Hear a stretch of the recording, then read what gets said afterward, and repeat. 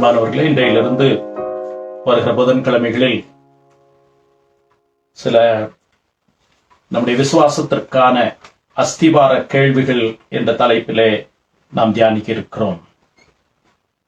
Starting this week, we are going to study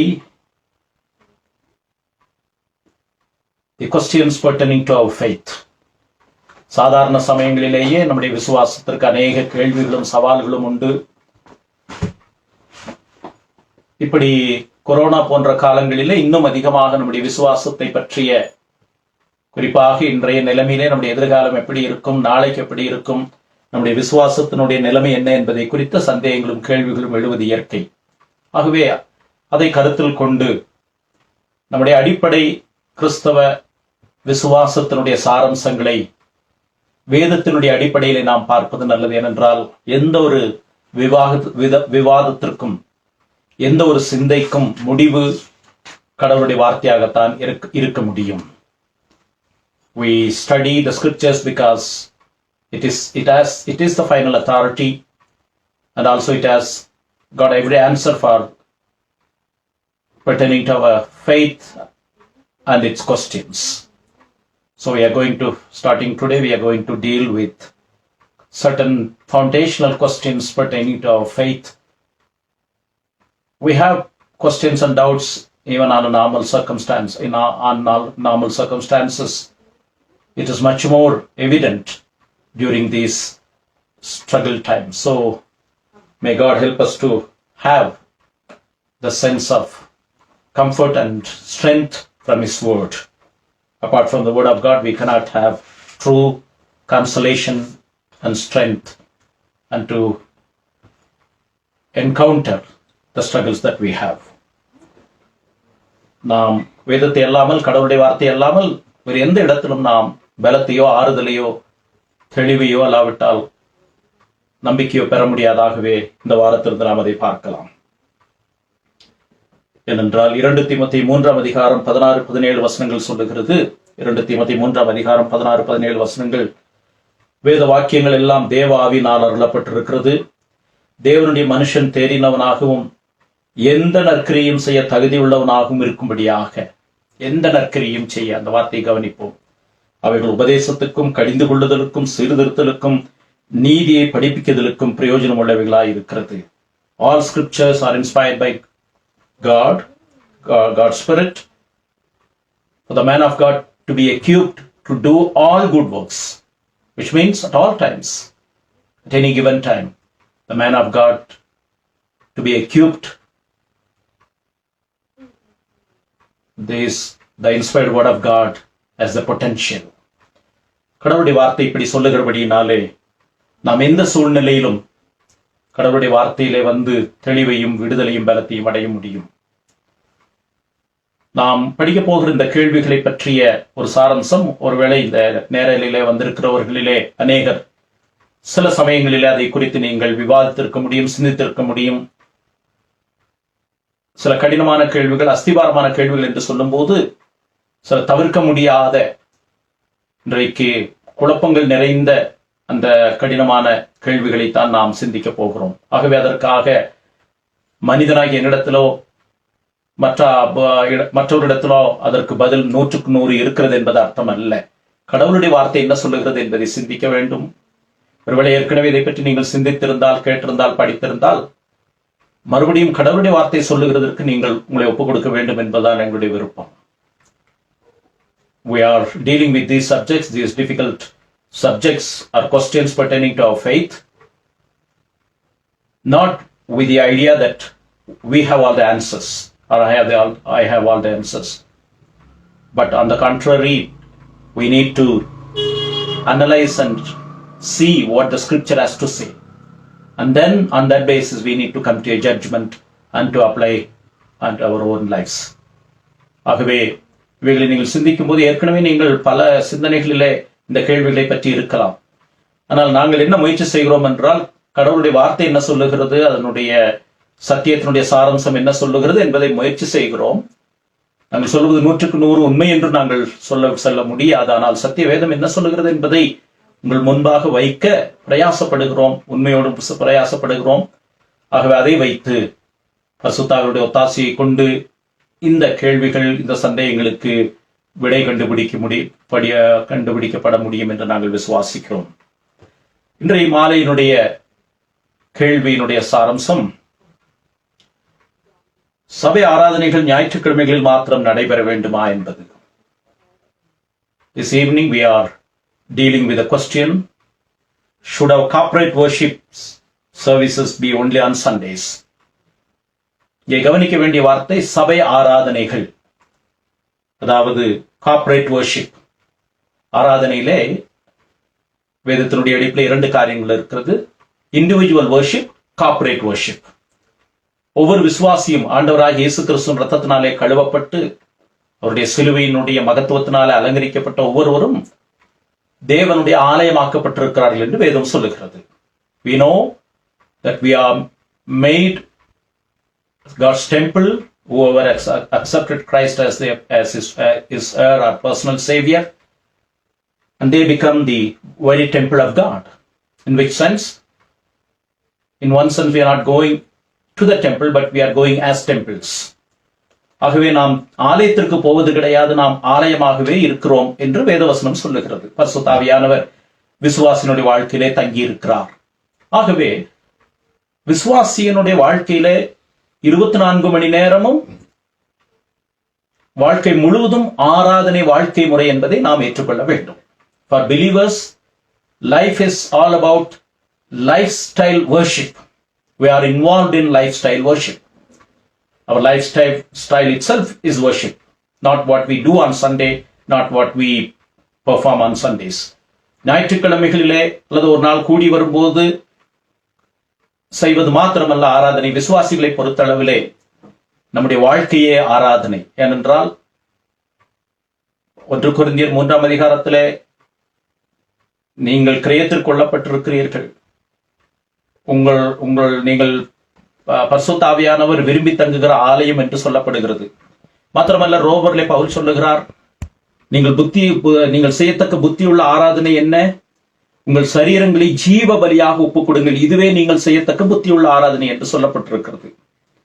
There are instances in the scriptures that we read what is sensible, wise worship, presenting your bodies as a living sacrifice.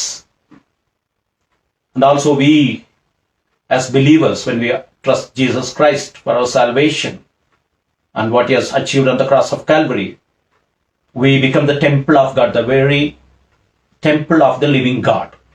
So that is called individual worship. அதை தனி ஆராதனை என்று சொல்லுகிறோம். விசுவாசனுடைய எல்லா சூழ்நிலைகளிலும் நாம் கர்த்தரை ஆராதிக்கிறவர்கள். ஆனால் அதே சமயத்திலே வேதம் வலியுறுத்தி சொல்லுகிற இன்னொரு அம்சம் சபை கூடி வருதல் என்பதை பற்றியதானது. அதைத்தான் கூடுகிற ஆராதனை சபை என்று சொல்லுகிறோம். The second equally important aspect that the scripture advocates is the corporate worship. Because in Hebrews verse 10 and 25 we read, do not neglect the gathering of saints, or the gathering of the assembly of God. சபை கூடி வருகிறதை சிலர் விட்டு விடுவது போல நாம் விட்டுவிட வேண்டாம் என்று வேதம் சொல்லுகிறது. ஆகவே இன்றைக்கு நாம் பார்க்கிற செய்தியானது ஆராதனை என்ன என்பது அல்ல, கூடி வருகிற ஆராதனையினுடைய அம்சங்கள். குறிப்பாக ஞாயிற்றுக்கிழமையில் தான் ஆராதிக்க வேண்டுமா, இன்றைய சூழ்நிலைகளிலே அதை எப்படி நாம் அணுக முடியும் என்பதுதான் இன்றைய கேள்வி. We are not dealing with the aspects of worship, that is a separate subject. What we are trying to raise and answer is all about the aspects of corporate worship and how it is being influenced by the present conditions. How we are influenced by the present conditions. ஆகவே நாம் அந்த அடிப்படையிலே ஞாயிற்றுக்கிழமைகள் மாத்திரம் ஆராதனை நடைபெற வேண்டுமா என்பது என்று சொல்லப்படுகிற கேள்விக்கான வேதபூர்வமான சில வழிமுறைகளை நாம் பார்க்க இருக்கிறோம். இதை சொல்லும் போது 1924 வருஷம் ஒலிம்பிக்கிலே ஒரு சம்பவம் நடந்ததை சொல்ல வேண்டும். எரிக் லிடில் என்று சொல்லக்கூடிய ஒரு ஸ்காட்லாந்து வாலிபர், அன்றைக்கு வாலிபனாக இருந்தவர், 1924 வருஷம் நம்ம அநேகர் பிறந்திருக்க மாட்டோம், கிட்டத்தட்ட நம்ம எல்லாருமே பிறந்திருக்க மாட்டோம் என்று நம்புகிறோம். 1924 வருஷம் எரிக் லிடில் என்று சொல்லக்கூடிய அவருடைய வாழ்க்கையில் நடந்த சம்பவத்தை குறிப்பிட்டாக வேண்டும். அவர் ஒரு 100-200 மீட்டர் ஓட்ட பந்தயத்திலே மிகவும் தேர்ச்சி பெற்றவர். அவர் ஸ்காட்லாந்து தேசத்தை சேர்ந்தவர். ஒலிம்பிக்லே அவர் கண்டிப்பாக தங்கம் பெறுவதற்காக அவர் அதற்கு முன்பு நடந்த போட்டிகளிலே அவர் எடுத்துக்கொண்ட வினாடிகளை கணக்கு போட்டால், நேரத்தை கணக்கில் எடுத்தால் அவர்தான் கண்டிப்பாக ஃபைனல் கடைசியிலே தங்கத்தை வெல்லக்கூடிய ஸ்லாக்கியம் பெற்றவர். ஆனால் என்ன நடந்தது? 1924 வருஷம் 100-200 மீட்டருடைய ஃபைனல் நடக்க போகிறது. அது ஞாயிற்றுக்கிழமை என்று அறிவிக்கப்பட்டபடியினாலே எரிக் லிடில் அன்றைக்கு நான் ஓட மாட்டேன் என்று சொல்லிவிட்டார். ஞாயிற்றுக்கிழமை என்பதனாலேயே அது கர்த்தருடைய நாள், அந்த நாளில் நான் ஓட மாட்டேன் என்று தனக்கு வர வேண்டிய ஒலிம்பிக் தங்க பதக்கத்தை அவர் விட்டுவிட்டார். அதில் அவர் ஆச்சரியம் நடந்தது. அவருக்கு 400 மீட்டர் கொஞ்சம் அதிக தூரம் ஓடுகிற ஓட்டத்திலே அவருக்கு அவ்வளவு பயிற்சி கிடையாது. ஆனால் அவருடைய பயிற்சியாளர் 400 மீட்டர் ஓட்டத்திலே ஓட முயற்சி செய்கிறீர்களா என்று கேட்டார். அதிலே அந்த குறுகிய காலத்திலே அவர் பயிற்சி பெற்று அதிலே தங்கம் வாங்கிவிட்டார். ஆகவே அவரை பற்றி ஒரு தலைப்பெல்லாம் கொடுக்கப்படுகிறது, தேவனுக்காக ஓடிய வீரன் என்று. The man who ran for God. Eric Liddell, who refused to compete on Lord's Day final, which he was supposed to win, just because the event was scheduled for the Sunday, that is the Lord's Day. He refused to even go for the glory. And later on, he somehow practiced for his 400-meter run, and he got the medal from that event. But what we are trying to emphasize is, here is a man in 1924 Olympics. If you go to YouTube, there was a film upon his life which is called The Chariots of Fire. Chariots of Fire film is all about this man, Eric Liddell, who refused to run on Lord's Day, and he was quoted as man who ran for God. Chariots of Fire என்று சொல்லக்கூடிய ஒரு யூடியூப்ல இருக்கக்கூடிய படத்திலே நீங்கள் போனால் Eric லிடிலுடைய வாழ்க்கையை நீங்கள் பார்ப்பீர்கள். இப்படி கர்த்தருடைய நாள் என்றால் உலக பிரகாரமான எல்லா மகிமைக்கும் நாங்கள் முக்கியத்துவம் கொடுக்க மாட்டோம் என்று சொல்லக்கூடிய வாழ்ந்த பல அனுபவங்களை நாம் வேதத்திலே படிக்கிறோம். இன்னொரு வகையில் இன்னொரு பக்தன் சொல்லுகிறார், ஞாயிற்றுக்கிழமை ஆராதனை மற்ற நிகழ்ச்சிகளுக்கு சாக்கு போக்கு சொல்லுவதற்கு ஒரு காரணமாய் இருக்க வேண்டும் என்று சொல்லுகிறார். நன்றாக புரிந்து கொள்ளுங்கள். ஞாயிற்றுக்கிழமை ஆராதனை என்பது மற்ற நிகழ்ச்சிகளுக்கு சாக்கு போக்கு சொல்லி நான் வர முடியாது, ஏனென்றால் எனக்கு ஞாயிற்றுக்கிழமை ஆராதனை இருக்கிறது என்று சொல்லுகிற அளவிற்கு ஞாயிற்றுக்கிழமை ஆராதனை இருக்க வேண்டும் என்று ஒரு மனிதன் அருமையாக சொன்னார். அதை ஆங்கிலத்திலே அருமையாக சொல்லலாம். Church should be your excuse to miss other events. Church should be your excuse to miss other events that are scheduled on Sundays. இப்படி கர்த்தருடைய நாளை பொறுத்தளவிலே, கூடி வருதலை பொறுத்தளவிலே காலங்காலமாக அநேக கருத்துகள் ஆவிக்குரிய தன்மையில இருந்திருக்கிறது. ஏன் பியூரிட்டன்ஸ் காலத்திலே ஞாயிற்றுக்கிழமை ஆராதனைக்கு வரவில்லை என்றால் அவர்கள் வரி கட்ட வேண்டி இருந்திருக்கிறது, அவர்கள் தண்டிக்கப்பட்டிருக்கிறார்கள். அது ஒருவேளை நாம் அதை இன்றைய காலகட்டத்தில் ஏற்றுக்கொள்ள முடியாது என்று வைத்துக் கொள்ளலாம். There are even instances during Puritan era where children or adults who couldn't make it to the church on Lord's Day were penalized. So we don't agree to that extent that it becomes legalism. But we see the illustrations of how the Lord's Day was hallowed by people of God in the earlier centuries. இன்றைக்கு மாலையிலே அந்த Eric little அதற்கு அவர் தான் அந்த போட்டியிலே கலந்து கொள்ளாததற்கு சொன்ன வசனம், என்னை கனம் பண்ணுகிறவர்களை நான் கனம் பண்ணுவேன் என்று 1 சாமுவேல் 2 அதிகாரம் 30 வசனத்தை அவர் மேற்கோள் காட்டியிருக்கிறார். என்னை கனம் பண்ணுகிறவர்களை நான் கனம் பண்ணுவேன், என்னை கனவீனம் பண்ணுகிறவர்கள் கனவீனம் அடைவார்கள். 1 சாமுவேல் 2 அதிகாரம் 30 வசனம். இந்த வசனத்தை எரிக் லிடில் மேற்கோள் காட்டித்தான் அந்த போட்டியிலே கலந்து கொள்ளவில்லை என்று சொல்லுவார்கள். Eric Liddell quoted 1 Samuel chapter 2 and verse 30, which says, he who honors me, I will honor them. That was the famous statement according to Eric Liddell, excusing himself from competing in that event. இன்றைக்கு மாலையில ஞாயிற்றுக்கிழமை தான் ஆராதனை என்பது கூட்டு ஆராதனை. இங்கே நான் தனி ஆராதனை சொல்லவில்லை. ஏற்கனவே நாம் சொன்ன விசுவாசனுடைய வாழ்க்கை முழுவதும் ஆராதனை. கடவுளுடைய பரிசுத்தம், மகத்துவம், மாட்சிமைக்கு முன்பாக நம்முடைய உச்சந்தலிருந்து உள்ளங்கால் வரைக்கும் நம்முடைய பேச்சு, நடக்கைகள், சிந்தனைகள், பார்வைகள், தீர்மானங்கள் எல்லாம் ஜீவ பலியாக, பரிசுத்தமும் தேவனுக்கு பிரியமுள்ள ஜீவ பலியாக எப்பொழுதுமே இருக்க வேண்டும். வெறும் ஞாயிற்றுக்கிழமை மாத்திரமல்ல, ஆனால் ஞாயிற்றுக்கிழமை கூடி வருகிற ஆராதனை, the corporate worship is all about we are dealing with this evening. ஆகவே அந்த அடிப்படையில் நாம் பார்த்தால் வேதத்திலே சபை கூடி வருதல் என்பது வலியுறுத்தப்பட்டிருக்கிறது என்பதை நாம் அறிந்து வைத்திருக்கிறோம். எபிரேயர் 10 அதிகாரம் 24-25 வசனத்திலே எபிரேயாக்கியன் சொல்லுகிறதை பார்க்கலாம். Hebrews chapter 10 verses 24 and 25. எபிரேயர் 10 அதிகாரம் 24-25. மேலும் அன்புக்கும் நற்கிரியைகளுக்கும் நாம் ஏவப்படும்படி ஒருவரை ஒருவர் கவனித்து, சபை கூடி வருதலை சிலர் விட்டு விடுகிறது போல நாமும் விட்டு விடாமல் ஒருவருக்கொருவர் புத்தி சொல்ல கடவோம். நாளானது சமீபித்து வருகிறதை எவ்வளவாய் பார்க்கிறீர்களோ அவ்வளவாய் புத்தி சொல்ல வேண்டும். சபை கூடி வரும்போது ஒருவருக்கொருவர் புத்தி சொல்லுகிறோம். நாளானது எவ்வளவு கடினமாய் இருக்கிறது, சமீபத்தில் வருகிறதோ அவ்வளவாய் அந்த புத்தியை நாம் சொல்ல வேண்டும். என்ன ஒரு அருமையான தெளிவான வசனம். இது கடினமான நாட்கள். இதே சில சபை கூடி வருதலை நாம் கடைபிடிக்க வேண்டும். அதுல ஆன்லைன்ல ஏன் நாம் செய்கிறோம் என்பதை பின்னாலே பார்க்கலாம். ஆனால் சபை கூடி வருதலை விட்டுவிடாமல் இருக்க வேண்டும். ஏன்? ஒரு வகையில நாம் எவ்வளவுதான் மற்றவரிடத்திலே போன்ல பேசினாலும் நேரடியாக ஒருவரையொரு சந்திப்பதை போன்ற அந்த அனுபவம், அந்த மகிழ்ச்சி, அந்த ஒரு இணைப்பு அதில் இருக்க முடியாது. Nothing can substitute our gathering together. We may have technologies to contact others, but nothing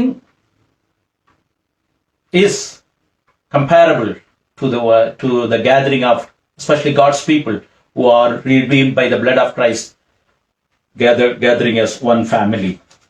2 யோவான் 12 அதிகாரத்திலே 12 வசனத்திலே 2 யோவான் 2 John, there is one chapter verse 12. 2 யோவான் 12 ஒரே அதிகாரம் 12வது வசனம் 331 பக்கத்தில் இருக்கிறது. உங்களுக்கு எழுத வேண்டிய காரியங்கள் அநேகம் உண்டு, காகிதத்தினாலும் மையினாலும் அவைகளை எழுத எனக்கு மனதில்லை. உங்களுடைய சந்தோஷம் நிறைவாயிருக்கும்படி உங்களிடத்தில் வந்து முகமுகமாய் பேசலாம் என்று நம்பி இருக்கிறேன். Look at this beautiful word, 2 John verse 12, the second epistle of John. There is so much I need to write by ink and paper, but to have the satisfaction, the joy of seeing you in person, that was the hope that the author John was expressing himself. ஆகவே சபை என்பது அந்த அடிப்படையிலே நாம் அந்த கவனித்தல் என்கிற வார்த்தை, சபை கூறுதலே அன்புக்கு ஏவப்படும்படி நாம் கவனித்து, டு கன்சிடர், அந்த வார்த்தை கிரேக்க மொழியிலே பல இடங்களிலே 3-4 இடங்களிலே பயன்படுத்தப்பட்டிருக்கிறது. அவைகளை ஒருவேளை ஆலோசித்தமானால் பின்னாலே படிக்கலாம். அந்த கவனித்து என்கிற வார்த்தை கிரேக்க மொழியிலே சொல்லப்பட்ட வார்த்தை பயன்படுத்தப்பட்ட இடங்கள் சுவிசேஷத்தில் அது அருமையானது. இன்றைக்கு நாம் அதை பார்ப்பதற்கு நேரம் இல்லை. இங்கே நாம் என்ன கவனிக்க வேண்டும் என்றால், ஞாயிற்றுக்கிழமையினுடைய முக்கியத்துவம் என்ன என்பதைத்தான் நாம் பார்க்கிறோம். வை செவன்த் டே என்றால் இன்றைக்கு லாக்டவுன் சூழ்நிலைகள் வந்துவிட்டது. ஆன்லைன்ல நாம் ஆராதனைகளை நடத்துகிறோம். தேவன் அதற்கு கிருபை செய்திருக்கிறார். இப்பொழுது இந்த வாரத்திலிருந்து ஞாயிற்றுக்கிழமை முழு ஊரடங்கு என்பதனாலே தமிழ்நாட்டிலே நாம் நேரடியாக ஆலயத்திற்கு செல்ல முடியவில்லை. அப்பொழுது நாம் சிலர் யோசிக்கலாம், நல்ல எண்ணத்தோடு ஒரு தீர்மானத்தோடு யோசிக்கலாம், ஏன் மற்ற நாட்களிலே எதையாவது ஒரு நாள் சனிக்கிழமை, வெள்ளிக்கிழமை, புதன்கிழமை வைக்கலாம் என்று யோசிக்கலாம். அதில் தவறு கிடையாது. ஒரு நல்ல ஒரு சபை கூடி வருதலை விடாமல் இருக்க வேண்டும் என்ற ஒரு நல்ல முயற்சி. ஆனால் ஒருவேளை சனிக்கிழமை மறுபடியும் லாக்டவுன் போட்டால், வெள்ளிக்கிழமை லாக்டவுன் போட்டால், புதன்கிழமை போட்டால், ஒருவேளை ஆண்டவர் சித்தமானால் இந்த சூழ்நிலை மாற வேண்டும், விடுதலை வேண்டும் என்று நினைக்கிறோம். ஆனால் மருத்துவ ரீதியாகவும் அறிவியல் ரீதியாகவும் நாம் பார்க்கும்போது, இதன் கடினத்தை பார்க்கும்போது, ஒருவேளை லாக்டவுன் தொடர்ந்தால், அது முழுமையாக்கப்பட்டால் நாம் என்ன செய்ய முடியும்? ஆகவேதான் வேதத்தினுடைய அடிப்படையிலே முதல் நாளினுடைய ஆராதனையினுடைய முக்கியத்துவத்தை நாம் கவனிப்பது சிறந்ததாக இருக்க முடியும். We are forced to be indoors, especially on Sundays, because it's going to be a total lockdown. So there are earnest Christians and believers who want to gather together, maybe some other day, a convenient day. It's not bad. It's a good idea to have such a notion. But just in case the other days are also equally set apart as lockdown days, what will we do?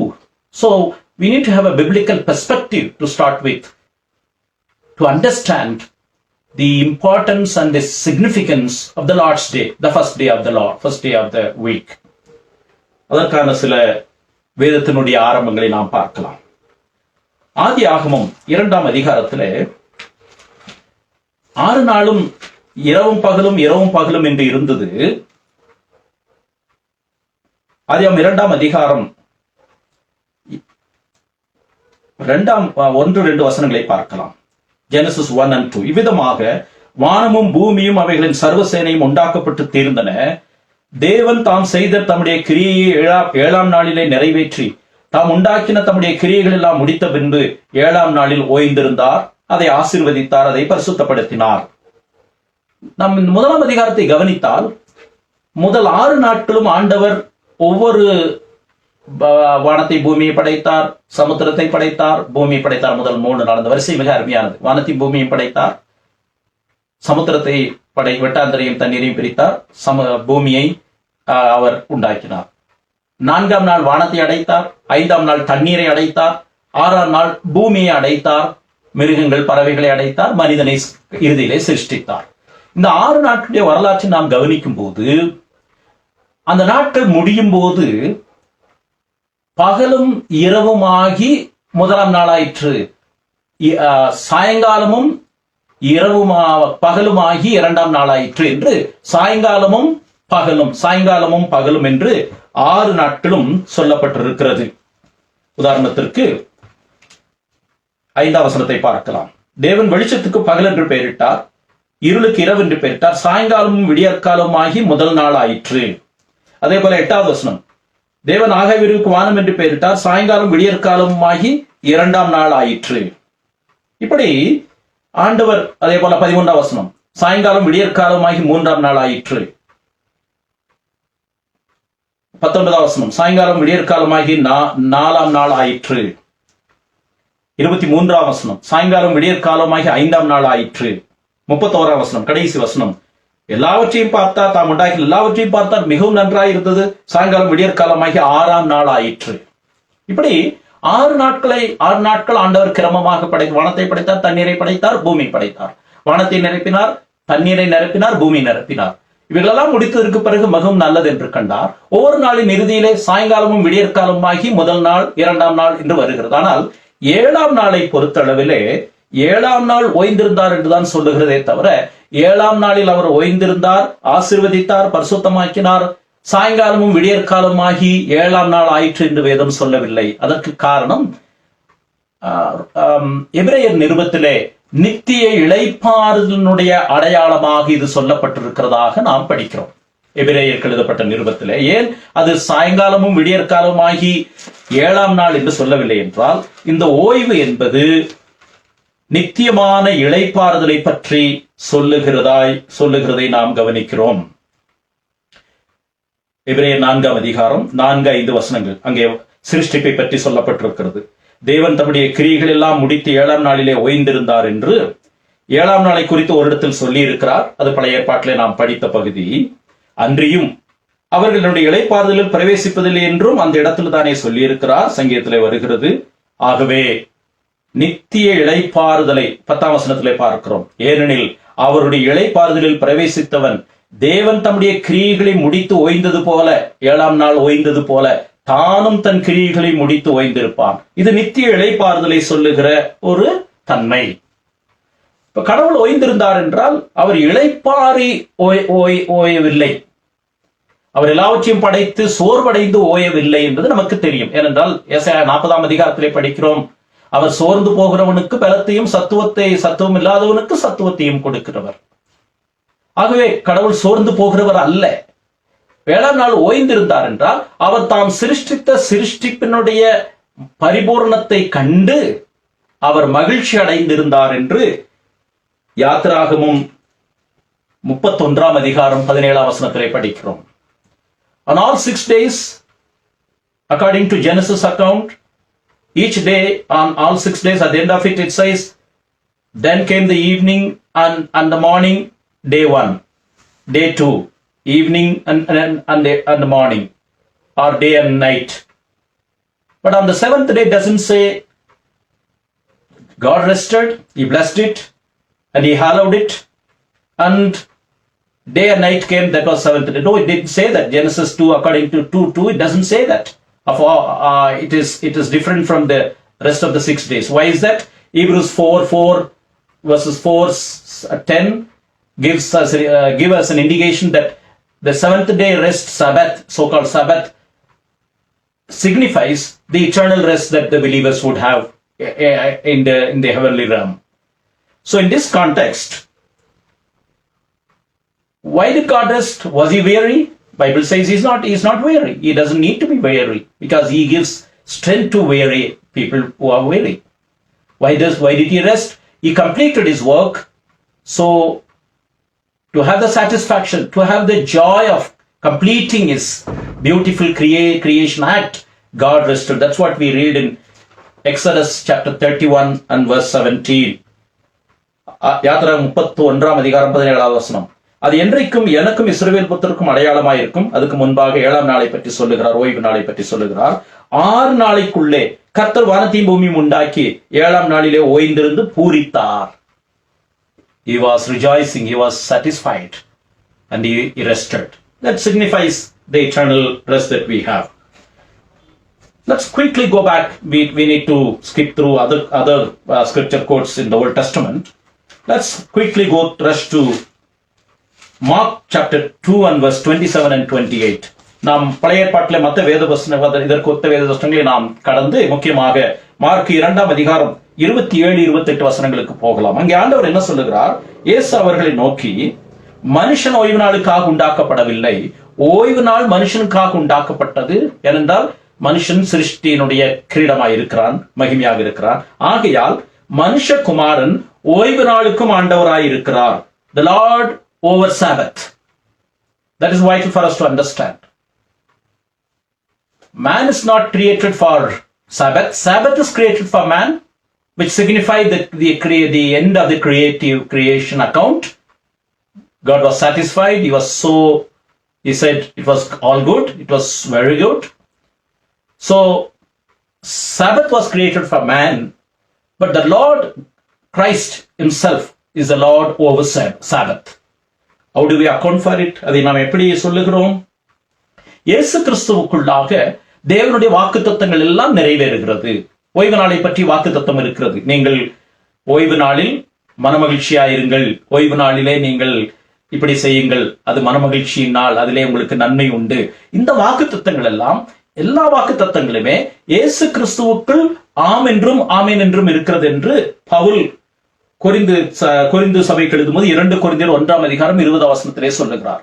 அப்ப கடவுளுடைய வாக்குத்தத்தம் எல்லாம் இயேசு கிறிஸ்துவிலே நிறைவேறுகிறது என்று சொன்னால், இயேசு கிறிஸ்து ஓய்வு நாளுக்கும் ஆண்டவராய் இருக்கிறார் என்று சொன்னால், அவர் நியாயப்பிரமாணத்தை முடிவாய் அதை நிறைவேற்றுகிறார். Jesus Christ is the end of all prophecies and law. So in Christ, all the promises of the Old Testament, including the blessings that come through the observance of Sabbath, they are all A and Amen in Christ. ஆகவே ஆண்டவராகிய இயேசு கிறிஸ்து உயிர்த்தெழுந்தபடியினாலே, அவர் உயிர்த்தெழுந்து முதலாம் நாளிலே, வாரத்தின் முதல் நாளிலே தரிசனம் அடைந்தபடினாலே, எப்படி சிருஷ்டிப்பு நிறைவேறும் போது வாரத்தின் கடைசி நாள் மனமகிழ்ச்சியின் நாளாக ஓய்வு நாளாக்கப்பட்டதோ, அதே போல புது சிருஷ்டியின் நிறைவான வெற்றியினுடைய அடையாளமாக வாரத்தின் முதல் நாள் ஆண்டவராய் இயேசு கிறிஸ்து உயிர்த்தெழுந்தபடியினாலே வாரத்தின் முதல் நாள் ஆதி திருச்சபையிலேயும் அதை தொடர்ந்தும் கர்த்தருடைய நாளாக, சபை கூடி வருகிற நாளாக ஆண்டவருடைய பிள்ளைகள் இணைந்து வந்து அவரை ஆராதிக்கிற நாட்களாயிருந்தது.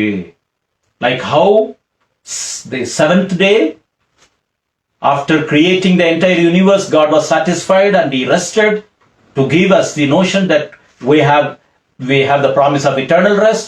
The new creation, the salvation, the salvific act of Christ that was achieved on the cross of Calvary, and he rose again to give the credence to his offer of salvation. Day one, or the day of resurrection, has become the day of the gathering of God's people.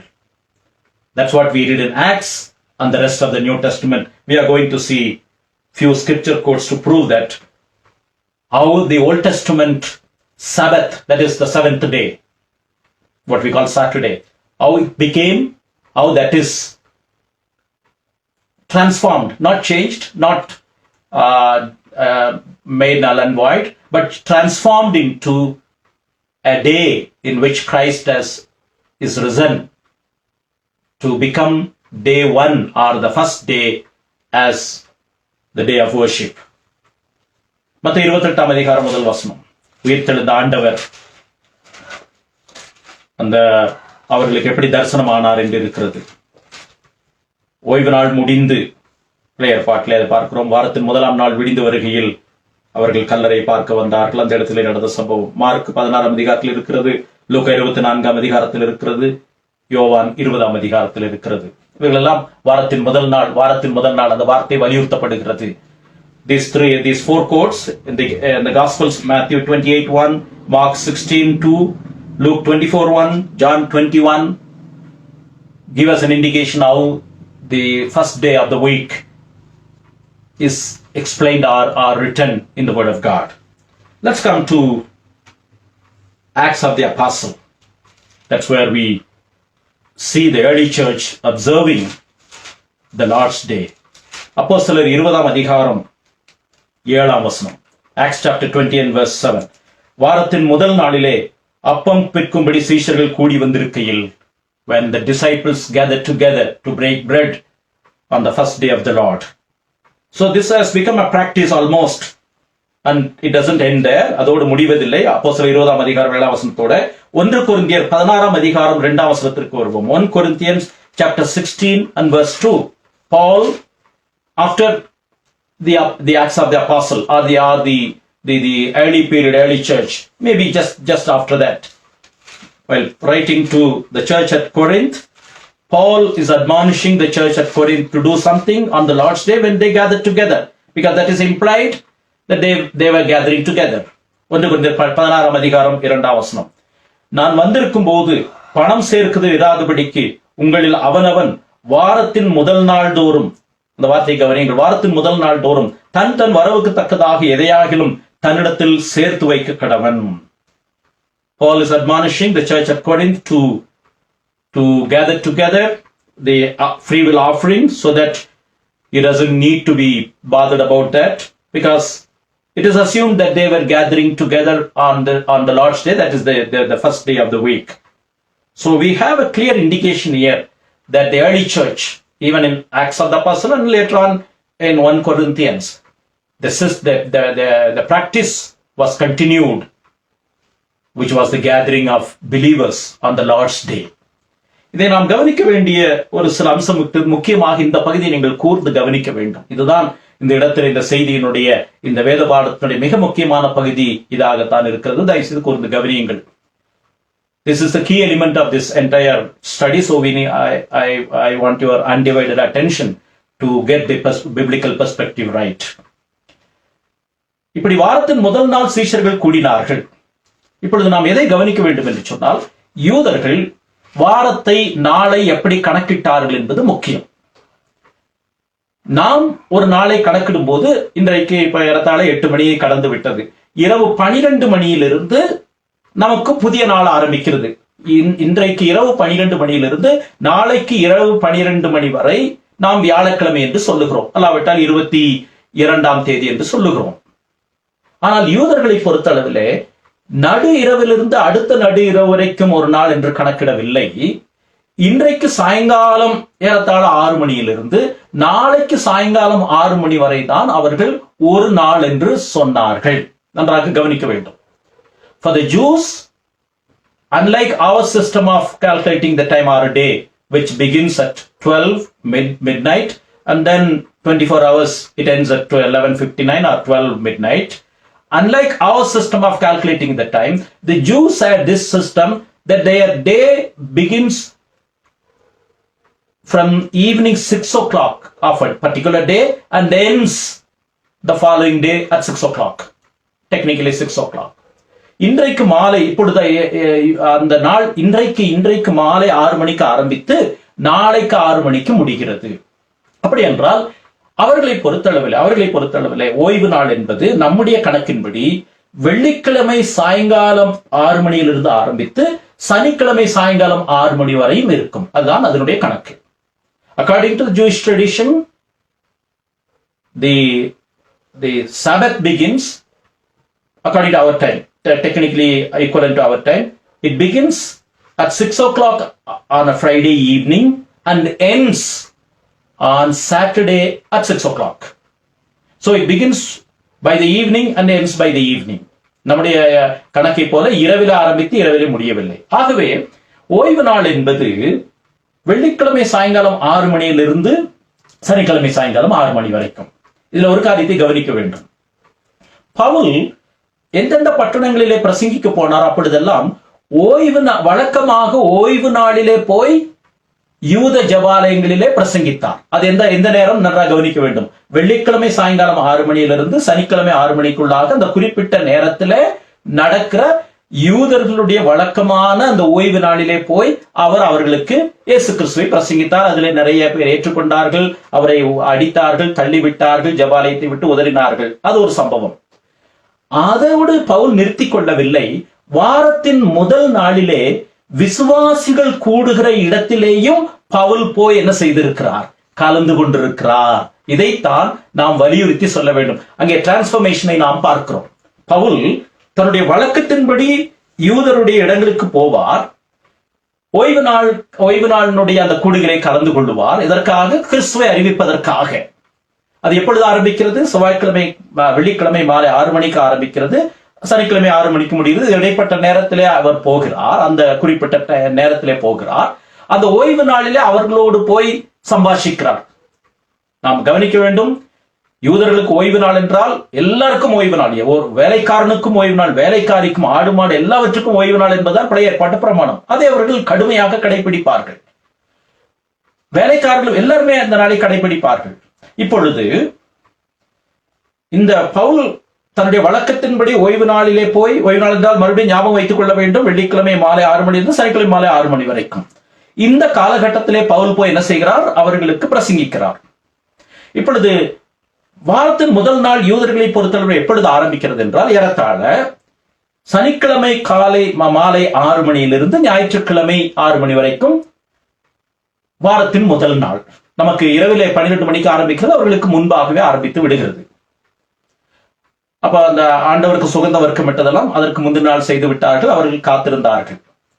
இப்பொழுது நாம் என்ன கவனிக்க வேண்டும் என்று சொன்னால், பவுல் அப்படி கூடின அந்த ஓய்வு நாள் தோறும் அவர் தேவாலயத்திலே கூடின சம்பவங்கள் வேதத்திலே நிறைய இருக்கிறது. அவர் அதை செய்த பொழுது அவர் சுவிசேஷத்தை பிரசங்கித்தார். அது மாத்திரம் பவுல் செய்யவில்லை. மேலும் அவர் என்ன செய்தார்? அவர் கர்த்தருடைய நாளையும் வாரத்தின் முதல் நாளையும் அனுசரித்தார். அதைத்தான் நாம் பார்க்க போகிறோம். வசனங்களை பார்க்கலாம். அப்போஸ்தலர் 13ஆம் அதிகாரம் 14வது வசனம். Acts chapter 13 and verse 14, where we see there are other scripture quotes as well. But what we are going to see, Acts chapter 13 and verse 14, Paul has disciplined himself to be present at the Sabbath, wherever he gets the opportunity to present the gospel, to preach about Christ. Besides participating or involving himself in the sabbatical activity of the Jewish tradition, he also was involved himself in the observance of the Lord's Day, which the believers of the early church were practicing. This is important. அப்போஸ்தலர் 13ஆம் அதிகாரம். அவர்கள் பெருகே பட்டணத்தை விட்டு புறப்பட்டு பிசிதியா நாட்டில் உள்ள அந்தியோகியாவுக்கு வந்து ஓய்வு நாளிலே ஜபாலயத்திலே பிரவேசித்து உட்கார்ந்தார்கள். பவுல் அங்கே ஓய்வு நாளிலே அங்கே போகிறார். எதற்காக போகிறார்? ஓய்வு நாளை அனுசரிப்பதற்காக அல்ல. பவுலுக்கு தெரியும், கிறிஸ்துவை பிரசங்கிக்க ஒரு வாய்ப்பாக, ரோமனுக்கு ரோமன், யூதனுக்கு யூதனாக கிறிஸ்துவை பிரசங்கிக்கூடிய வாய்ப்பாக அவர் செய்கிறார். இதை நீங்கள் படித்து பார்த்தால் அவர் எப்படி கிறிஸ்துவை பிரசங்கித்தார் என்று. இப்பொழுது இந்த ஓய்வு நாளிலே அவர் வழக்கம் போல அவர் போகிற இடங்களிலே அவர் செய்கிறது ஒன்று மாத்திரமல்ல, அவர் அதை தொடர்ந்து கர்த்தருடைய நாளாகிய வேத முதல் நாளிலும் அவர் தேவாலயத்திற்கு போனார் என்பதைத்தான் நாம் பார்க்கிறோம். அப்ப பவுல் என்ன செய்கிறார்? ஓய்வு நாளிலே கிறிஸ்துவை பிரசங்கிக்கிறார், சுவிசேஷத்தை அறிவிக்கிறார் என்று வைத்துக் கொள்ளலாம். கர்த்தருடைய நாளாகிய வாரத்தின் முதல் நாளிலே சபை விசுவாசிகளோடு சேர்கிறார். அப்போஸ்தலர் 20ஆம் அதிகாரத்திற்கு வரலாம். அப்போஸ்தலர் 20ஆம் அதிகாரம் 7வது வசனம். இந்த வித்தியாசத்தை தான் நீங்கள் கவனிக்க வேண்டும் என்று நான் விரும்புகிறேன். வாரத்தின் முதல் நாளிலே, அப்படி என்றால் கண்டிப்பாக அவர் ஓய்வு நாளிலே ஏதோ ஒரு இடத்திற்கு போயிருப்பார். நாம் அதை விரிவாக படிக்க நேரம் இல்லை. ஓய்வு நாளிலே சுவிசேஷத்தை அறிவிப்பதற்காக ஜெபாலயத்திற்கு போகிறார். அவர் அதை ஆராதனை என்று அவரை கருதவில்லை.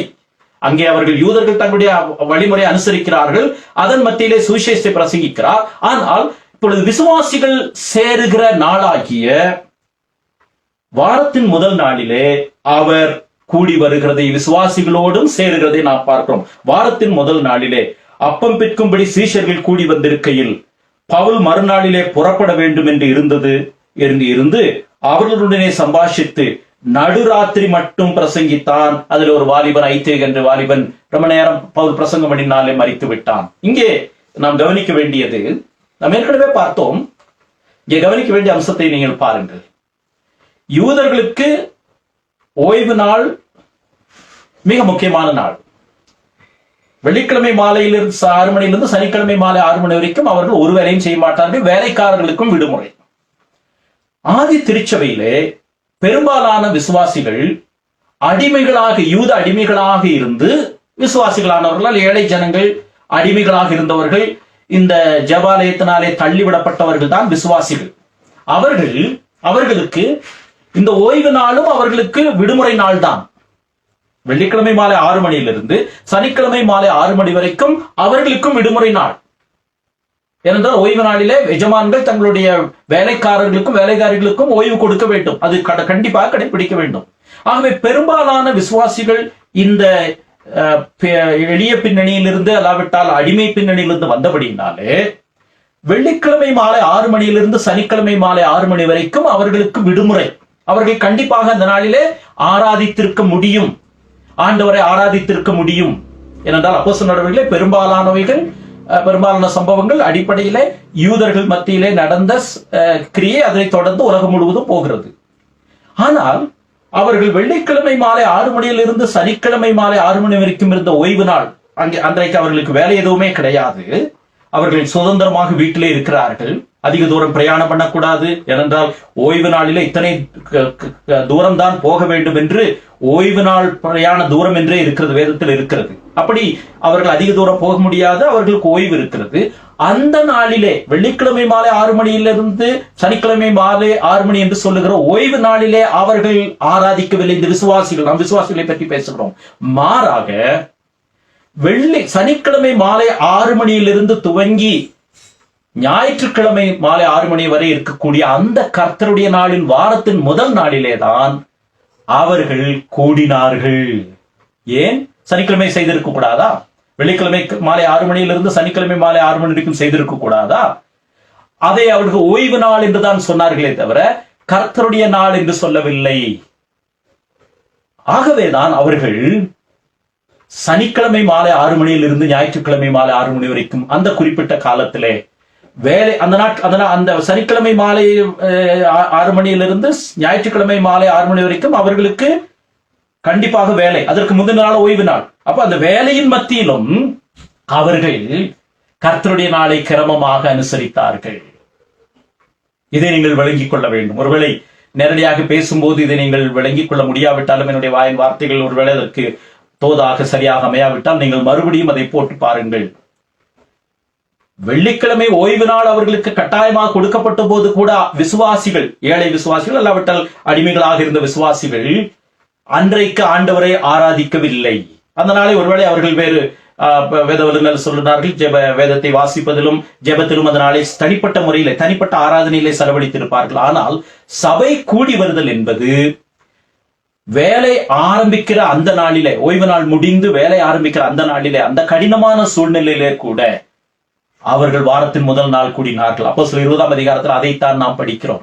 அதிலேதான் பவுல் அதிக நேரம் பிரசங்கம் பண்ணின உடனே அந்த வாலிபன் ஒருவன் இழந்து விட்டான். அடுத்த நாள் அவர்கள் வேலைக்கு போக வேண்டும். சனிக்கிழமை இரவு நடக்கிறதான் அவர்களுக்கு வாரத்தின் முதல் நாளுடைய துவக்கம். நம்ம ஏற்கனவே சொன்னோம், அவருடைய அந்த கடிகார கணக்கு ஞாயிற்றுக்கிழமை என்பது வாரத்தின் முதல் நாள் என்பது சனிக்கிழமை மாலை ஆரம்பித்து ஞாயிற்றுக்கிழமை மாலை முடிகிறது. அப்பொழுது அடுத்த நாள் அவர்கள் வேலைக்கு போக வேண்டும். ஆனாலும் கர்த்தருடைய நாள் வாரத்தின் முதல் நாள் என்பதை, அதுதான் கர்த்தருடைய பிள்ளைகள் கூடி ஆராதிக்கிறது என்பதை அவர்கள் வலியுறுத்தினபடினாலேதான் அவர்கள் பவுல் நீண்ட நேரம் பிரசங்கம் பண்ண போது, அவர்கள் மாலையில் தான் ஆரம்பித்திருப்பார்கள். பவுல் நீண்ட நேரம் பிரசங்கம் பண்ணின உடனே அந்த அப்பம் பெற்று கூடி வரும்போது அவன் விழுந்து மரித்து அவனுடைய அற்புதம் நடந்தது. இப்படி யூதர்கள் வாரத்தின் முதல் நாள் என்று சொல்லக்கூடிய கர்த்தருடைய நாளை விசேஷமாக யூதர்கள் அல்ல, யூத விசுவாசிகள் கருதினார்கள். பவுல் ஜெபாலயத்துக்கு ஓய்வு நாளிலே போனார், சுவிசேஷத்தை பிரசங்கித்தார். வாரத்தின் முதல் நாள் விசுவாசிகளோடு சேர்ந்து ஐக்கியப்பட்டார், கர்த்தருடைய வார்த்தையை அறிவித்தார், அவர்களை உற்சாகப்படுத்தினார், அவர்கள் நிலைத்திருக்கும்படி புத்தி சொன்னார். இப்படி என்று வேதத்திலே நாம் படிக்கிறோம். அதை நாம் தெளிவாக நீங்கள் அப்போஸ்தலர் நடவடிக்கை படித்தால், ஜெபாலயத்துக்கு போகும்போது இயேசுவே கிறிஸ்து என்று திருஷ்டாந்தப்படுத்துகிறார். வாரத்தின் முதல் நாள் எங்கெங்கெல்லாம் அவர்கள் கூடுகிறார்களோ அந்த சமயத்திலே சபையை உற்சாகப்படுத்துகிறார், கிறிஸ்துவிலே இன்னும் தேர வேண்டும் என்று உற்சாகப்படுத்துகிறார். இந்த பின்னணியிலே தான் நாம் அந்த தொடர்ச்சியை நாம் பார்க்கிறோம். கிபி 321 வருஷம் கான்ஸ்டன்டைன் ஞாயிற்றுக்கிழமையை விடுமுறை நாளாக அறிவித்தார். அதற்கு பிறகு ஞாயிற்றுக்கிழமை உலகம் முழுவதும் பெரும்பாலும் கர்த்தருடைய நாளாக ஆராதனையாக அனுசரிக்கப்படுகிறது. ஆகவே நாம் இந்த பின்னணியிலே தான் சபை கூடி வருதல் என்பது உயிர்ச்செழுந்த மறுசிருஷ்டிப்பின் அடையாளமாகிய உயிர்ச்செழுந்த நாளினுடைய சாரம்சத்தை நாம் நினைக்கிறோம். ஏனென்றால் யூதர்கள் ஓய்வு நாளிலே அவர்களுக்கு விடுமுறை இருந்த போதும் அவர்கள் தனிப்பட்ட ஆராதனைத்தான் அவர்கள் மேற்கொண்டார்களே இல்லாமல் சபை கூடி வருதலை அவர்கள் செய்யவில்லை. அதற்கு வேதத்திலே பல உதாரணங்களை சொல்ல முடியும். பவுல் ஓய்வு நாளிலே ஜெபாலயங்களுக்கு போனார், வழக்கத்தின்படி போய்கொண்டே இருந்தார், சுவிசேஷத்தை அறிவித்துக் கொண்டே இருந்தார். ஆனால் வாரத்தின் முதல் நாளிலே விசுவாசிகளோடு ஐக்கியம் கொண்டார். கிபி 321 ஆண்டுக்கு பிறகு ஞாயிற்றுக்கிழமை விடுமுறை நாளாக அடிக்கப்பட்டபடியினால் உலகம் எங்கும் பெரும்பாலான தேசங்களிலே அதை வெள்ளிக்கிழமை ஒரு வித்தியாசம் வருது, அதை கடைசியிலே பார்க்கலாம். இப்படி ஆராதித்து வருகிறோம். இதுல இன்றைக்கு கடினமான நாட்கள், இந்த நாட்களிலே நாம் ஆலயத்திற்கு கூறி வர முடியவில்லை என்று யோசிக்கிறோம். இது நமக்கு மாத்திரம் நடந்த ஒரு விசேஷமான அனுபவம் அல்ல. சபை சரித்திரத்திலே பல ஆண்டுகளாக இப்படிப்பட்ட கொள்ளை நோய்களும் பாதிப்புகளும் இருந்திருக்கிறது. இது நிரந்தரமானது அல்ல. நாம் ஆண்டவருக்குள்ளாக நம்புகிறோம், ஆண்டவரிடத்திலே வேண்டுகிறோம். இது நிரந்தரமானதா இருக்க முடியாது. ஏனென்றால் சரித்திரத்திலே கிபி 250 15 ஆண்டுகள் கொள்ளை நோய் இருந்திருக்கிறது. 15 ஆண்டுகள். அப்பொழுது சபை அந்த சூழ்நிலைகளுக்கு ஏற்றபடி செயல்பட்டிருக்கிறது. ஆராதனைகளையும் விடவில்லை. முடிந்த அளவு அவர்கள் ஆராதனைகளை கலந்து கொண்டிருக்கிறார்கள். மாத்திரமல்ல, சமூக சேவையில் அவர்கள் ஈடுபட்டிருக்கிறார்கள். கிபி 250 15 ஆண்டுகள் கொள்ளை நோய் அதனுடைய தாக்கம் இருந்து கொண்டே இருந்திருக்கிறது.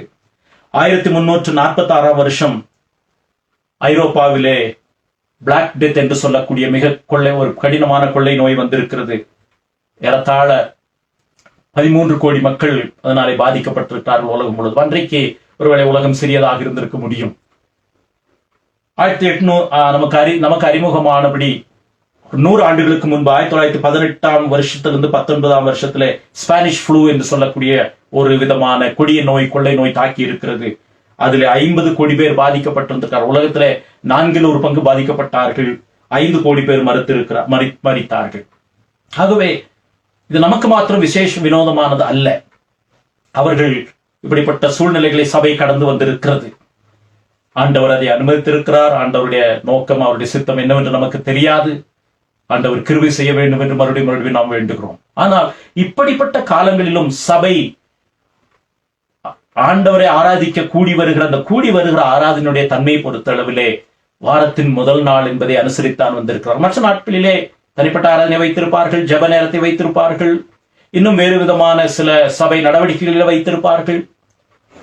கடினமான அந்த கொள்ளை நோய்களிலே போய் ஜனங்களுக்கு உதவி செய்திருக்கிறார்கள். அவர்களை ஆலயங்களிலே கொண்டு வந்து தங்க வைத்திருக்கிறார்கள். இப்படி நிறைய சம்பவங்கள் நடந்திருக்கிறது.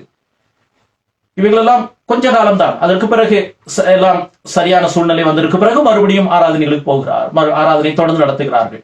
ஆனால் கர்த்தருடைய நாள் என்ற விசேஷத்தை சபை மாற்ற முயற்சி செய்தது கிடையாது. மற்ற நாட்களிலே நாம் ஐக்கியமாக கூடுவது, கலந்து கொள்வது, விசுவாசிகள் சில சமயங்களிலே இணைவது தவறு கிடையாது. ஆனால் கர்த்தருடைய நாளினுடைய விசேஷம் ஏத்துல இருக்கிறது. இந்த 2020 வருஷம் 21 வருஷத்துக்கு மாத்திரம் இது புதிதானது கிடையாது. சபையிலே பெர்சிக்யூஷன், உபத்திரவ காலம் வந்த பொழுது, ஜனங்கள் சிதறடிக்கப்பட்ட பொழுது, தேவாலயங்கள் இடிக்கப்பட்டிருக்கிறது, சபைகள் அடித்து நொறுக்கப்பட்டிருக்கிறது. அப்பொழுது வீடுகளிலே கூடினார்கள். சிதறடிக்கப்பட்டவர்கள் அவர்கள் சேர்ந்து கர்த்தரை ஆராதித்தார்கள். இவைகள் எல்லாவற்றின் மத்தியிலும் கர்த்தருடைய நாள் என்ற அந்த உயிர்ச்செழுந்த நாள், மறு சிருஷ்டிப்பின் அஸ்திபாரமாகிய கிறிஸ்துவனுடைய பாடு மரணம் உயிர்ச்செழுதலின் வல்லமையினுடைய அடையாளமாகிய அந்த நாளை அவர்கள் தொடர்ந்து கடைபிடித்து வந்திருக்கிறார்கள். 2ஆம் மகா யுத்தத்திலே மேற்கத்திய நாடுகளிலே, பெரும்பாலான நாடுகளிலே குண்டுகள் பாய்ந்து சபைகள் இடிக்கப்பட்டது.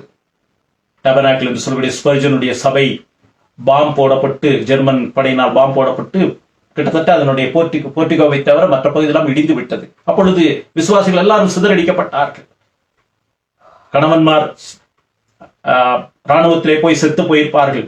பிள்ளைகள், மனைவிமார் அவர்கள் எல்லாம் தங்களுடைய கிராமங்களுக்கு போய் விட்டார்கள். சபையிலே ஆட்களே இல்லை.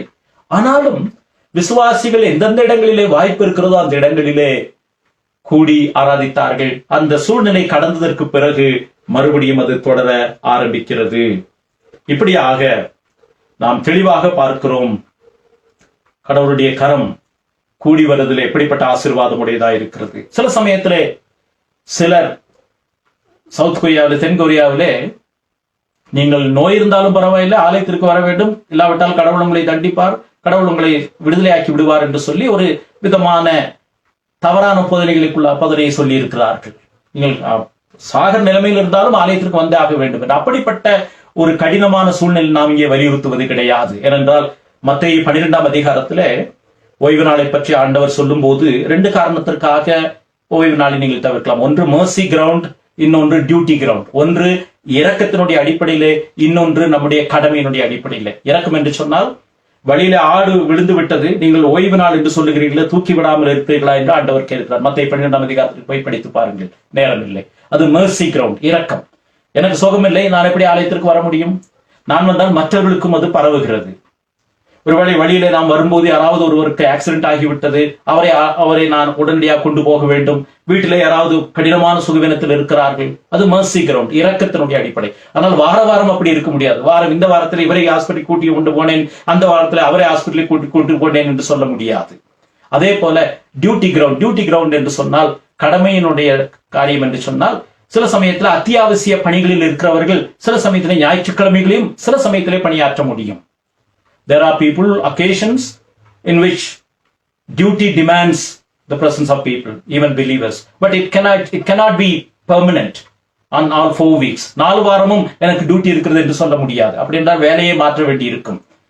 இப்ப நர்ஸா இருக்கிறார்கள், இல்லாவிட்டால் மெடிக்கல் கிரவுண்ட்ல இருக்கிறார்கள், காவல்துறையில் இருக்கிறார்கள், சில முக்கியமான அவசர பணியில் இருக்கிறவர்கள், டியூட்டி மாறி வரும். அப்பொழுது சில சமயத்திலே அந்த சூழ்நிலைகள் ஆலயத்திற்கு வர முடியாத சூழ்நிலையில் இருக்க முடியும். ஆனால் அதே 4 வாரமும் எனக்கு வேலை இருக்கிறது என்று சொன்னால், அது அவருடைய விசுவாசத்தினுடைய அளவையே நாம் கேள்வி கேட்க வேண்டி இருக்கிறது. அப்படிப்பட்ட தன்மை இருந்தால் வேலையை எப்படி சரிப்படுத்த முடியும் என்று கவனிக்க வேண்டும். இப்படியாக ஹெரிக்லடினுடைய உதாரணத்தை சொல்லுகிறோம். அவருக்கு வாய்ப்பு இருந்தது, பதக்கம் பெறுவதற்கு சிலாக்கியம் இருந்தது. ஆனால் கர்த்தருடைய நாள் என்பதனுடைய முக்கியத்துவத்தை அவற்றை வலியுறுத்துவதற்காக ஒரு தள்ளினார். ஒருவேளை நாம் ஒரு கட்டளையாக அதை நாம் சொல்லாமல், அதை மனமகிழ்ச்சியின் நாளாக நாம் கருதுகிறபடியினாலே அதனுடைய முக்கியத்துவத்தை நாம் கருதுகிறோம். இன்றைக்கு ஆன்லைன்ல நாம் ஆராதனை நடத்துகிறோம். ஞாயிற்றுக்கிழமைகள் முடியவில்லை என்று சொல்லி, இது ஆண்டவர் நமக்கு கொடுத்த ஒரு வசதி என்று சொல்லலாம். இதை ஆண்டவர் நமக்கு கொடுத்த ஈவு என்று சொல்லலாம். ஏனென்றால் எல்லா காலமும், எல்லா சூழ்நிலைகளும், எல்லா மனிதனுடைய இருதயம் கர்த்தருடைய ஆளுகையின் கீழ் இருக்கிறது. தலைமுறைகளுடைய ஆண்டவர் ஆளுகிறார்.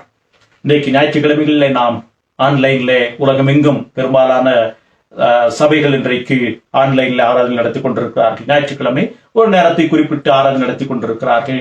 இடைப்பட்ட காலங்களிலே ஆலயம் திறக்க முயற்சி செய்த பொழுது குறைந்த சொற்ப அளவு பேர், 100 பேர் 200 பேர் என்ற சில வழிமுறைகளை கையாண்டு நாம் கூடி வருகிறோம். அதிலே தவறு கிடையாது. இன்றைக்கு ஆன்லைன்ல கூட இன்றைக்கு ஏன் சபையை திறக்க வேண்டும் என்று நினைக்கிறார்கள்? எப்படியாவது காணிக்கை வர வேண்டும் என்பதற்காக நிறைய பேர் சபைகளை திறக்க முயற்சி செய்கிறார்கள். காணிக்கை மையமாக வைத்து, ஐயோ ஆலயம் அடைபட்டு விட்டால் காணிக்கை வராது, ஆகவே ஆன்லைன்ல அனுப்புங்கள், இப்படி எல்லாம் செய்து கொண்டிருக்கிறார்கள். அது எந்த அளவிற்கு காணிக்கை என்பது கட்டாயப்படுத்த முடியாது. கட்டாயப்படுத்தி விட்டால் அது காணிக்கை கிடையாது என்பதை அழுத்தம் திருத்தமாக வேதத்தின் பூர்வமாக சொல்ல விரும்புகிறோம். மனப்பூர்வமாக ஜனங்கள், விசுவாசிகள் ஆண்டவர் நன்றியோடு கொடுக்க வேண்டும் என்று உற்சாகப்படுத்த வேண்டுமே அல்லாமல் கட்டாயப்படுத்தினால் அது காணிக்கை அல்ல. இப்ப ஆன்லைன்ல நாங்கள் போடுகிறோம், நீங்கள் காணிக்கை அனுப்புங்கள் என்று இன்றைக்கு பல வழிமுறைகள் இருக்கிறது. அதை தற்பரிசோதனை செய்யப்படி நான் அன்புடன் அழைக்கிறேன். சில நாடுகளிலே வெள்ளிக்கிழமைகள் விடுமுறை என்பதனாலே வெள்ளிக்கிழமைகள் ஆராதனை நடத்துகிறார்களே என்ற ஒரு கேள்வி வருகிறது. நாம் ஏற்கனவே பார்த்த தத்துவத்தை மறுபடியும் பார்க்கலாம். வேதத்தினுடைய தத்துவத்தை நாம் பார்க்கிறோம். யூதர்கள் ஓய்வு நாளிலே அவர்களுக்கு விடுமுறை இருந்த பொழுதும் அவர்கள் தனிப்பட்ட ஆராதனையிலே தங்களுடைய நேரத்தை செலவழித்தார்கள். என்ற ஓய்வு நாளிலே கற்பனைகள் அந்த நாடுகளிலே கடுமையாக பின்பற்றப்பட்டது. ஆகவே அவர்கள் அதிக தூரம் பிரயாணம் போக முடியாது, நிறைய காரியங்களை செய்ய முடியாது. அந்த நாளே அவர்கள் ஓய்வு நாளை போல மற்றவர்கள் அனுசரிப்பதை போல அனுசரித்தார்கள். ஆனாலும் விசுவாசிகள் வாரத்தின் முதல் நாள் என்பதை அடுத்த சில மணி நேரங்களில் வேலைக்கு போக வேண்டும். ஓய்வு நாளிலே 24 மணி நேரம் கிட்டத்தட்ட இருக்கிறது. ஆனால் அந்த நாளை அவர்கள் ஆராதனை கூடுகைக்காக அவர்கள் அதை ஏற்படுத்தாமல் அடுத்த நாள் வேலைக்கு போக வேண்டும் என்ற நிலைமை இருந்த பொழுதும் எஜமான்கள், கடினமான எஜமான்கள், அவர்கள் வேலைக்கு வருவதை கட்டாயப்படுத்துவார்கள். அப்படி இருந்த பொழுதும் கூட அந்த அடிமை விசுவாசிகள், பலவீனமான ஏழை விசுவாசிகள் அந்த நாட்களில் இருந்தவர்கள் வாரத்தின் முதல் நாள் என்பதை கர்த்தருடைய நாள், மனமகிழ்ச்சியின் நாள், நாம் அன்புக்கும் உற்சாகத்துக்கும் கூடி வரும்படி ஏவப்படும்படி சபை கூடி வருதலை விட்டுவிடாமல் இருக்க வேண்டும் என்று அவர்கள் செயல்படுத்தினார்கள். ஆகவே ஒருவேளை சில தேசங்களிலே வெள்ளிக்கிழமைகள் தான் விடுமுறை என்றால் அது தேசத்தினுடைய சட்டம், அதை நாம் பெரிய அளவிலே மாற்ற முடியாது. ஆனால் ஞாயிற்றுக்கிழமை வாரத்தின் முதல் நாளிலே வேற ஏதாவது ஒரு நேரத்தை குறிப்பிட்டு மாலையிலேயோ மாலை ஒரு குறிப்பிட்ட நேரத்தை அனுசரித்து அந்த நாளிலே ஆராதனை செய்வது நல்லது. வெள்ளிக்கிழமை விடுமுறை இருக்கிறபடினாலே ஒருவேளை ஜப கூட்டத்தையோ வேதாராய்ச்சியோ வேற ஏதாவது சபையினுடைய நடவடிக்கைகளை வைத்துக் கொள்வதும் நல்லது. அதனாலே வெள்ளிக்கிழமை ஆராதனை வைப்பது தவறு என்று நாம் சொல்லவில்லை. ஆனால் கர்த்தருடைய நாளினுடைய மகத்துவம் வேதத்திலே, குறிப்பாக ஆதி திருச்சபையிலே அதை தொடர்ந்து வந்த நாட்களிலே நடைபெற்றதை நாம் பார்க்கிறோம். இப்பொழுது அரசாங்கம் சில வழிமுறைகளை வைத்திருக்கிறது. நாமும் பாதுகாக்கப்பட வேண்டும், மற்றவர்களையும் நாம் பாதுகாக்க வேண்டும் என்பதற்காக கடந்த வருஷத்திலே பெரும்பாலான மாதங்கள் இப்பொழுதும் கூட ஞாயிற்றுக்கிழமைகள் இல்லாவிட்டால் சில நாட்கள் ஊரடங்கு என்று போடுகிறார். சில மாநிலங்களிலே 15-20 நாள் போடுகிறார்கள். தமிழ்நாட்டிலே இப்பொழுது ஞாயிற்றுக்கிழமை என்று ஆரம்பித்திருக்கிறார்கள். இப்படி சில தேசனுடைய சட்டங்களுக்கு நாம் கீழ்ப்படியே அழைக்கப்படுகிறோம். அந்த கடினமான சூழ்நிலைகள் இது நிரந்தரமாக இருக்க போவதில்லை. கர்த்தர் சீக்கிரம் மாற்றுகிறார். சபை சரித்திரத்திலே அது நடந்து வந்திருக்கிறது. ஆனால் அடிப்படை உரிமைகளை பறிக்கும் போது பேசக்கூடாது, எழுதக்கூடாது, உங்களுடைய நம்பிக்கைகளை நீங்கள் மற்றவர்களை பாதிக்காதபடி சொல்லக்கூடாது. இப்படிப்பட்ட அடிப்படை உரிமைகளை அரசாங்கம் பறிக்கும் பொழுதுதான் நாம் விசுவாசிகளாகிய நாம் கர்த்தருடைய ராஜ்யத்தின் மக்களாக செயல்பட அழைக்கப்படுகிறோம். ஆனால் இப்படிப்பட்ட சூழ்நிலைகளிலே நாம் தேசத்தினுடைய நன்மைக்காக, சமுதாயத்தினுடைய நன்மைக்காக, பாதுகாப்புக்காக அந்த வழிமுறைகளை கடைபிடித்து இன்றைக்கு இருக்கக்கூடிய வசதிகளை நாம் பயன்படுத்தி நேரலையிலோ அல்லாவிட்டால் ஒருவேளை வாய்ப்பு கிடைக்கும் என்றால் சிறிய கூட்டமாக நீங்கள் கூடுங்கள் என்று சொன்னால் அந்த வழிமுறைகளை கடைபிடித்து அந்த செயல்படுத்துவது நல்லது. எப்படி ஆயினும் சபை கூடி வருதலை விட்டுவிடாமல் இருக்க நாம் கவனிக்க நாம் அழைக்கப்படுகிறோம். அது கர்த்தருடைய நெத்திய இளைப்பாறுதலினுடைய ஒரு அடையாளம். ஆகவேதான் நாம் ஞாயிற்றுக்கிழமை கர்த்தருடைய நாளிலே நாம் கூடி வருகிறோம். யோவான் சொல்லுகிறார், கர்த்தருடைய நாளில் நான் ஆவிக்குள்ளானேன் என்று சொல்லுகிறார். வெளிப்படுத்தல் 1:10 கர்த்தருடைய நாளில் நான் ஆவிக்குள்ளானேன் என்று சொல்லுகிறார். இந்த வாக்கியத்தை தேவன் கொடுத்திருக்கிறார். சபை சரித்திரத்திலே இந்த மாதிரி இடையிலே பாதிப்புகள் வந்திருக்கிறது. அந்த நாட்களிலே சபைகள் ஞானத்தோடு செயல்பட்டிருக்கிறது.